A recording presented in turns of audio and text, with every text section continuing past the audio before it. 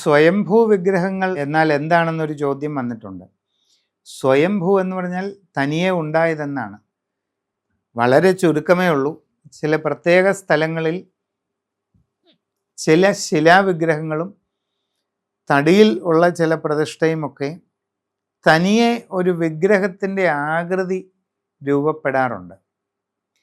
ഈ സ്വയംഭൂ വിഗ്രഹങ്ങളിൽ കൂടുതലും ഉണ്ടാകുന്നത് ഗണപതി വിഗ്രഹങ്ങളും ശിവലിംഗങ്ങളുമാണ്. അത് തനിയെ ശിവലിംഗ ആകൃതിയിൽ മഞ്ഞ് രൂപം കൊണ്ട് പ്രഗത്ഭമായി ഒരു സീസണിൽ പൂജ നടക്കുന്ന ഒരു മഹാക്ഷേത്രം അങ്ങ് വടക്കേ ഇന്ത്യയിലുണ്ട്.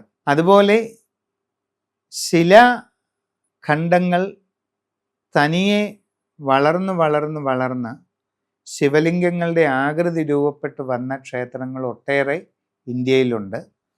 ചിലത് ഗണേശ ആകൃതിയിൽ രൂപം കൊണ്ട് വളർന്നു വന്ന പാറക്കല്ലുകളുണ്ട്. ചില തടികളും അതേ രൂപത്തിൽ, ചില വൃക്ഷ ഭാഗങ്ങളും അതേ രൂപത്തിൽ വളർന്ന് വന്നിട്ടുണ്ട്. അതിനെ പിന്നീട് സ്വയംഭൂ വിഗ്രഹമായി ആരാധിക്കുന്നതുമുണ്ട്.